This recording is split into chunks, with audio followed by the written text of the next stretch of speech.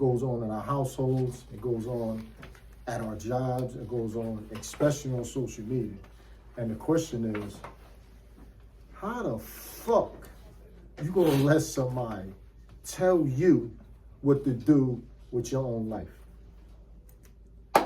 Listen, it's plain and simple. We got a lot of low budget people out here, low budget brothers, low budget sisters, low budget everything in our communities, right?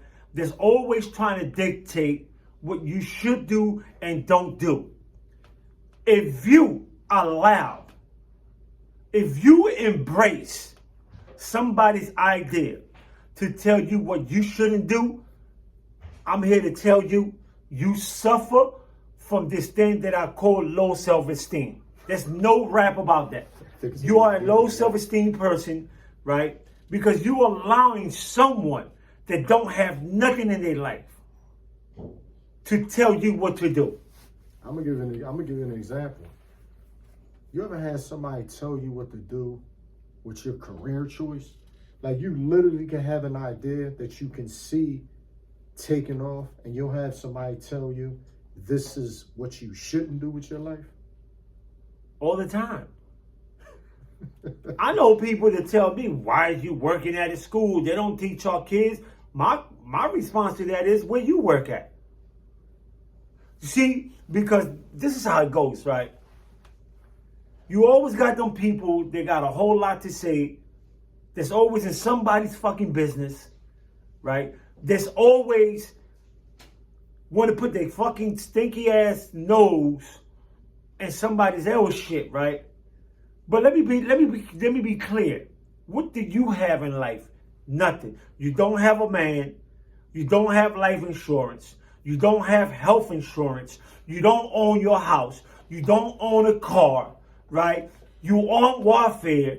You going crazy about Snap, right? You smoking weed all day, and you got a stinky ass young boy with dirty drawers up in your bed eating your baby cereal, right? But yet you want to encourage my girl to leave me, a motherfucker that work and have his own, because you think that you can encourage your girlfriend to be miserable like you. And I tell my girl, if you want to listen to that bum ass bitch, get ahead. Because you be right with her. Because with me, it goes one way. If you can't value what I got, what I bring to the table, then I'm out. I ain't forcing myself on you, because I'm the breadwinner here. Look, I feel you on that. I'm going even deeper, where you'll have somebody tell you what to do with your life where it could stunt your growth. Like just coming home from prison,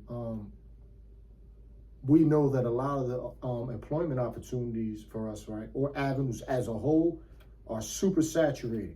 They want us to be plumbers. They want us to be barbers. They want us to do this or that. So when you come out here and you tell somebody, yeah, I'm going to get a job, I'm going to go ahead and take care of myself financially, because you got to stay afloat out here. But you got dreams, you got aspirations, you got ideas that nobody can see, because they're not taking the time to go ahead and put the work in to even see something like this blow up. Have them tell you, nah, that ain't gonna work, bro. I don't know what you're talking about, but that ain't gonna work out here. It ain't gonna fly out here in society. This and that, blah, blah, blah. And those are the ones that stay those are the ones that stay at the bottom. Those are the same dudes I left 28 years ago.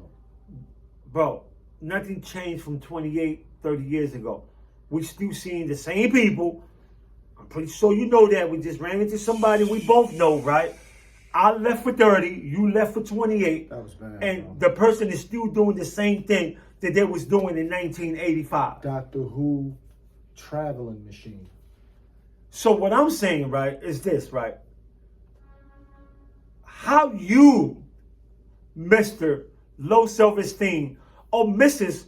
Low Self-Esteem, gonna tell me, right, what to do with my career when you don't have a career yourself?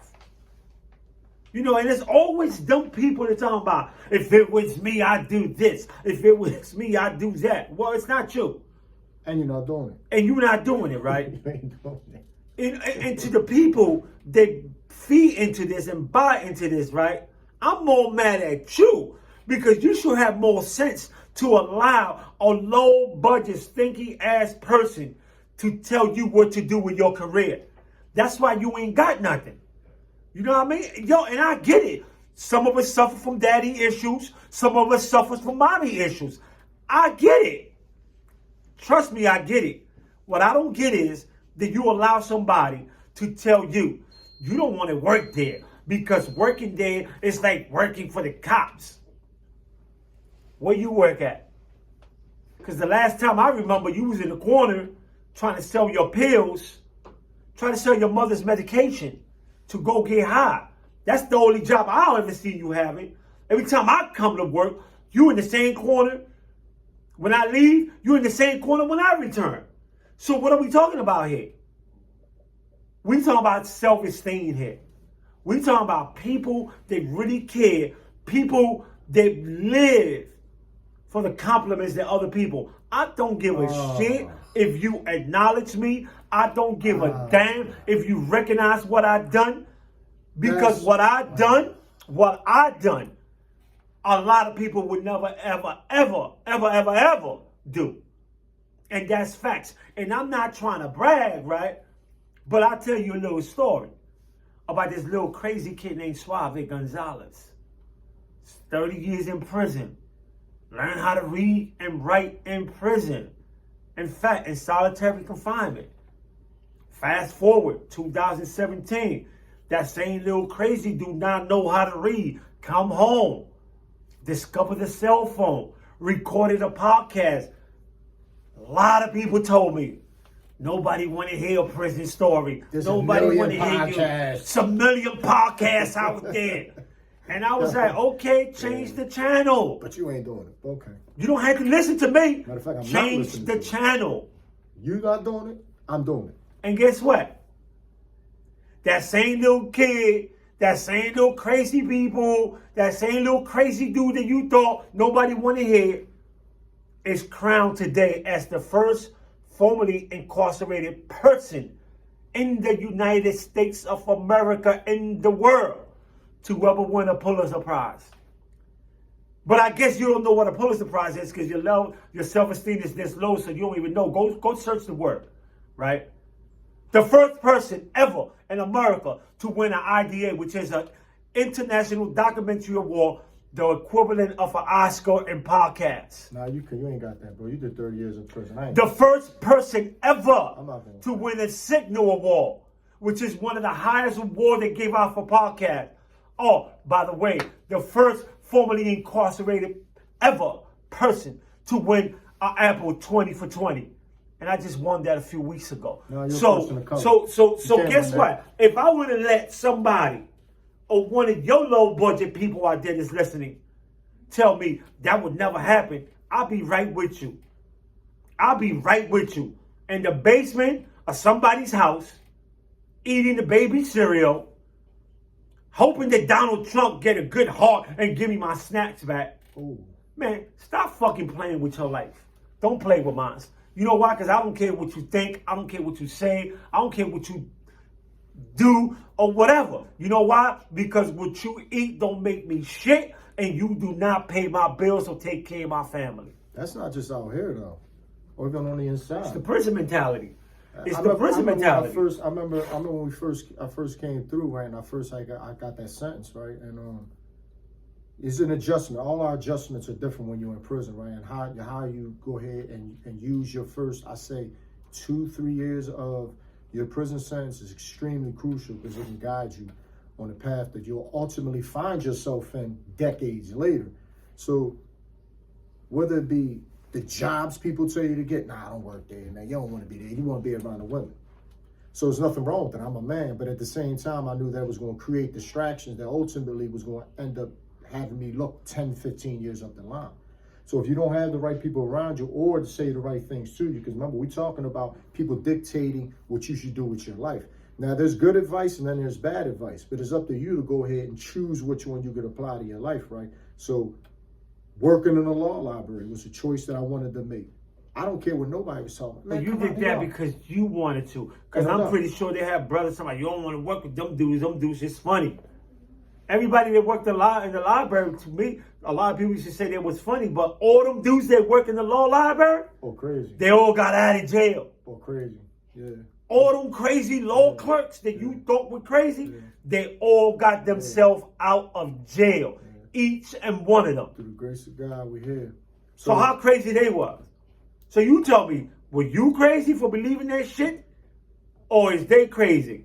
I had people ask me why I was programming, bro. Like, come out to the yard. You always in the programs. You can get back to that. Because they was lost. They went ahead and gave up into a sentence. They went ahead and folded like a lawn chair. I am cool with what that judge gave me as far as a sentence. I am cool with dying in prison. I am cool with not bettering myself. I am cool with not getting back out there to my family, my community. No, because it's like this, right? A lot of dudes go to jail. They want to be bodybuilders. Listen, I'm all for health. I'm all for health. I work out though. Don't do that. I'm all for You health, work right? out. We ain't saying you They don't- want to you play work out. handball. They want to play basketball. Right. I'm all for the health. Bookies, professional bookies. Right. But guess Put your what? ticket in. Guess what you're not gonna do? You're not gonna be a professional NBA player at the age of 60.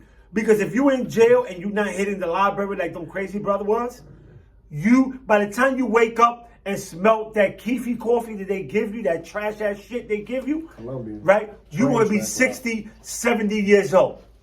You're gonna be 60, 70 years old. Unfortunately. So when you come home, you're probably gonna be in a wheelchair. And that crazy person that you laughed at the library is probably gonna be the one welcoming you home.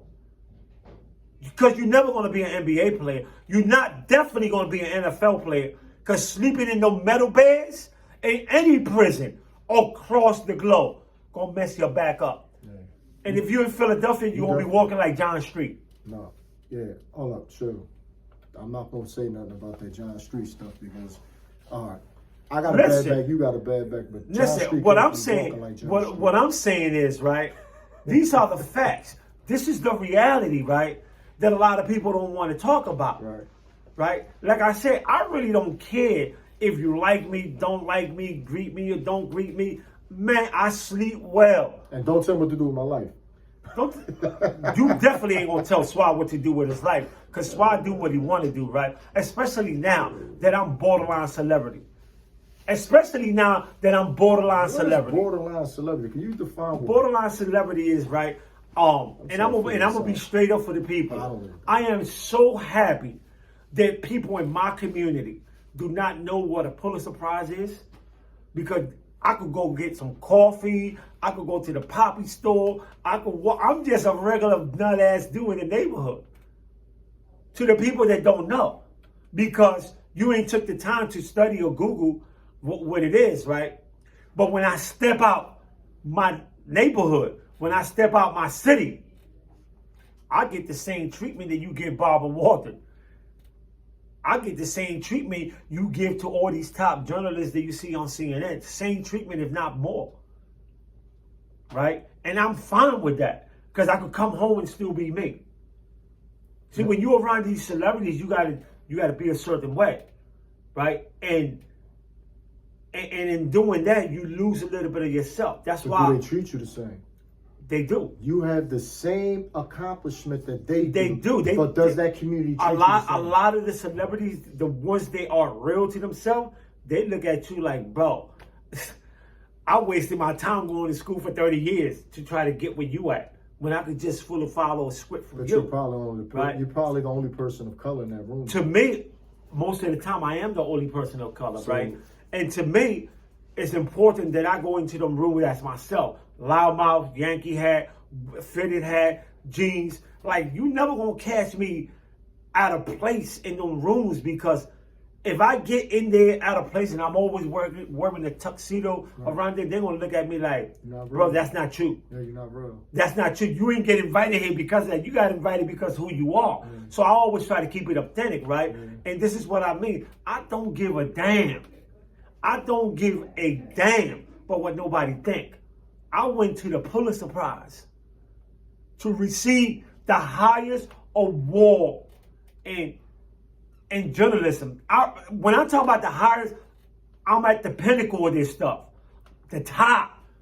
There's only been 132 Pulitzer Prize winner ever since it started in 100 years. Did they try to lowball you when you ever got the award? Because I mean, this is what these people do. Nah. What you know, I remember going in there, and before I went in there, my whole crew, they was nervous, you know, cause they real journalists. They went to school to be journalists. Right. Some of some of my team been journalists for 30 years. Right. Some of them 20 years. And you know, so they have a name in that journalism world. Here you are bringing somebody that's supposed to be your source into the pinnacle of this stuff. And you don't know how this dude is gonna come in. I'm loudmouth. That's their championship. I'm loudmouth, right? I can't even speak English right. That's a fact. Right? I curse. Very opinionated. And I'm looking at these people like, who the fuck are y'all? They looking at me, Like, and I know that some of them thought that I was probably the janitor or table guy because I was in black hat. You crashed the party. And I'm just sitting there like I'm here, right? And then, you know, we all got that one friend that you take with you that's ghetto as shit. When they call my name, my homie in the background, because they didn't let him into the main floor. He was like in the balcony. Yeah, Suave. Suave in the house. If you look at the video, it's funny because he was like Suave in the house and the whole place erupted. Yeah, no right? doubt. And then the president of Columbia University couldn't even pronounce my name. The boss says Suave. Like the shampoo. The whole place. You know, when you in a room of journalists, they all perfect. The whole place was like quiet. You could hear a pin drop. And I got up and said, it's all right. That's what my motherfucking boys in the hood called me, Suave anyway. Went and got my shit. Right? And that was the moment that I realized, why the fuck should I care what anybody say about me? Why? Because if I would have cared, I would have never reached the pinnacle of journalism, bro. That's why I said I don't care.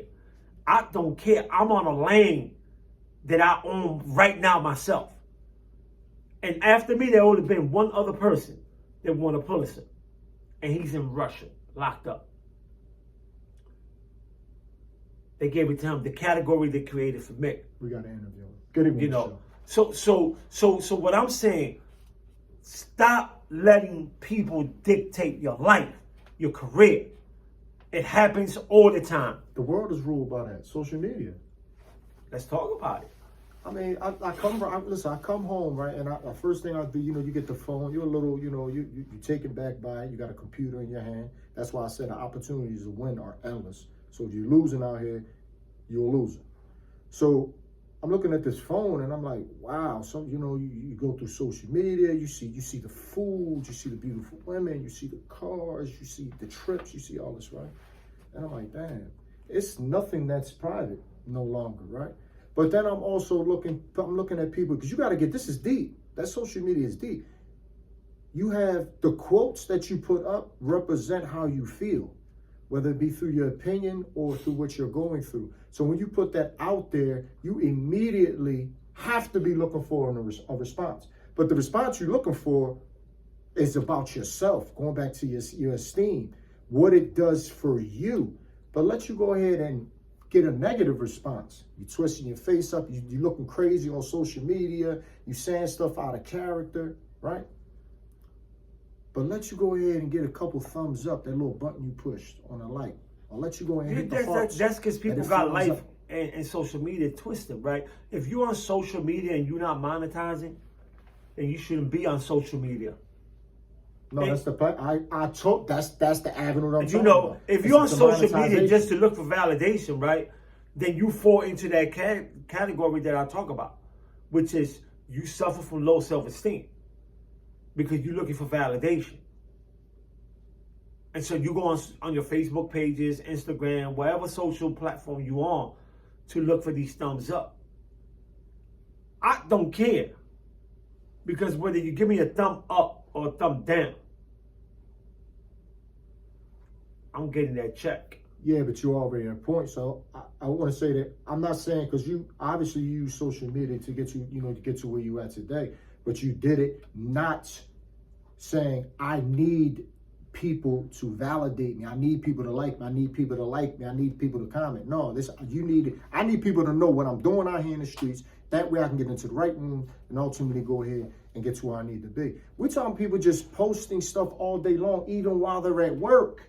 Yeah. About nothing. Yeah. Because the lunch they had. They are They are social media hungry, right? They're looking for approval. They're looking for that daddy they left them when they was 2 years old. They're looking for that mommy. They're looking for that auntie. They're looking for that grandmother. They're looking for some type of validation to feel good for the day, right? I wake up every day feeling good. Oh, ain't no doubt about it. You know why I wake up every day feeling good? Because you're free. Because I know that every day I wake up, I have an opportunity to get a bag. That's right. Period. That's right. I know that every day I wake up, regardless of what some people may think, I have the opportunity to bless somebody else. Period. A lot of the shit that I do, I don't put on social media. We just fed how many families? 17. We didn't post that up. We're about to feed how many other families? Close to 100 families for Christmas. We ain't posting that up, right? Because to me, it's like, I don't care if you know this or not. I really don't. It's here from the heart, right? And because me using social media is not to look for validation. Like I say, if you're on social media posting 6, 7, 8, 9, 10 times a day, and you're not monetizing, you're wasting your time. They can't see that far. You're wasting your time. They worry about quotes. They worry about emojis. Right? And I definitely don't care about artificial intelligence telling you how good you should feel. Because a lot of people, I know AI is taking over the world, right? And I know chat is taking over the world. That's that new buddy. No, I mess with ChatGPT. But guess what? It's artificial intelligence, right? At the end of the day, you feeling down, you feeling bummed out, you feeling suicidal because some artificial intelligence app told you should. Or you can go to China and Japan. You can hire a family. You don't have a fireman. So you can hire a family out there. Again, you can hire a following. What are you gonna do with your career? What are you gonna do with your life? Are you gonna let me dictate to you don't go on social media? No, because if I was in the other side of the camera and I'm hearing me, you know what I would say? Man, fuck out of here. I'm gonna keep posting 10 times a day, right? Because I really don't care what nobody else say to me. And sometimes in life, you got to find out for yourself. And it's the same way. We would not be sitting here today if we would have let them jokers in there dictate how we should do our time. No. We would not be here today. We'd probably still be in prison, or we'd probably be dead because we was in a real dangerous jail at the time that we was doing time. That people was getting killed, people was getting murdered, people was getting raped, people was getting beat down, people was getting kidnapped in the jail. And we survived all that because we didn't buy into what the jail was like. We did our own thing. We created our own lane. You was doing the legal work, so I was doing the organization community work, right? But at the end of the day, we was working towards the same goal. Freedom. Which was freedom. We saw the road to freedom before all these jokers start seeing it. Because whether I got out through the courts or not, I was going to get out of jail. Because I had the support of the Secretary of Correction. They told me, yo, I need you to file for commutation when I did the TED Talk in prison. So I said, no, I'm not going to do that. I'm not going to take that spot. I'm not going to take that spot because I believe that spot should have gone to somebody else. And I did the right decision because I didn't took that spot. They put another Latino up there, Adolfo Carrillo. They had like 42 years in. And he was the first Latino to get commuted in over 50 years. Yeah. See, I saw the vision. I'm like, I'm getting out through the courts. Why should I take a spot for somebody else? And then after Adolfo Carrillo, Francisco Mojica became the second Hispanic brother in over 55 years to get out of prison on commutation, right? I saw that vision. I created that door because of the work that we was doing. I remember doing the TED Talk, and they locked the whole institution down. And people was mad at us. Man, why you doing the TED Talk? Man, fuck that. They're locking us down. They couldn't see the vision. Yeah, the message. They couldn't see the message. They couldn't see the message. Being told at the TED Talk. Right? Not only that, the doors that it opened. Yeah, they worry about the yard. Right? And I said, you know what, man? They was going to lock your ass down anyway because you ain't doing shit anyway. Ice cream right? in the yard. So what I'm saying to the world, what I'm saying to people is, stop letting people dictate what you do with your life. Do what you want to do. Whether it's good or bad. As long as you can live with the consequences, I'm fine with that. No, I'm not letting them off the hook like that. I am. You know why? Because like I said, right? I'm nobody to tell you what to do, right? No. But just know this. No. Just know this. That Suave Gonzalez, a.k.a. Mr. Pulitzer, I do what I want to do. I don't care if you like me, love me, whatever. I'm going to do what I want to do, right? And if you don't like it, change the channel. That's just life for me. Change the channel. That's with everything. With everything. Family, everything. If I embrace you, if I give you love, I'm fucking with you for life. I could be mad at you for a month. I'm stuck with you because I let you in my life. But if I cut you off and like, yo, I'm done with you, there was never love. There was never love because you don't cut somebody that you got some love for off just like that. There was never love in there. And this is why I tell people, like, I don't care if you love me or not because there's nothing. I'm not going to lose no sleep. You're not going to lose no sleep because you don't really love me. You just around me because you think you could get something out of me. It's the same street game in the street. When you in the street, what happened? And you selling them drugs. Everybody love you. You the man. You the one that's putting money in their pocket. You the one that keeping them afloat. You the one that making them famous. The minute you put the rug from under them, what happened? Pew! You's a nut. They disappear. You's a nut. You ain't nobody. He's a snake. Right? And in the street term, he a rat. Because we quick to put a rat label on people. Let's talk about that. Let's talk about that. Let's talk about the paperwork. What paperwork, bro? Let's go get them court records. You know how easy it is for me to pull your records right now? Oh, yeah. Anybody's record? Public record. Public. Public information. Right? But yet, you get into the prison. This is when we get into the real talk, people. Don't hate me. Don't hate me, people. No, you're about to educate some people. This is when we get real. You get into the prison, right? You did some shiesty shit out here, but now you get into the prison. It starts in the county prison. You let that Sunni grow. Come on, man. Oh, you let it grow. That ain't no specific religion. We're just you let that beard grow. Let me take that back. You let that beard grow, yeah, right? Let's do that, man. So now you have a great encounter with the higher power, whatever that may be. I'm with that. Right? On all levels. So now you disguise yourself. You hiding yourself. So you go upstate and you become this person. You become a character. You're playing a character now. Damn, an actor? Playing a character. No, don't. All of a sudden, somebody that knows you, somebody you did dirt on, pops into jail.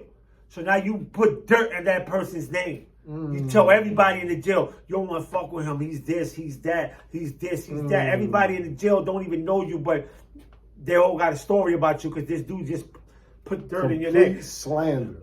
They slandered your name to the dirt. You know why they did that? Because they fear that you might tell the rest of the people the truth. Who that person really is. You reveal, you're revealing source. And it's the same thing out here. It's the same thing out here. Dudes in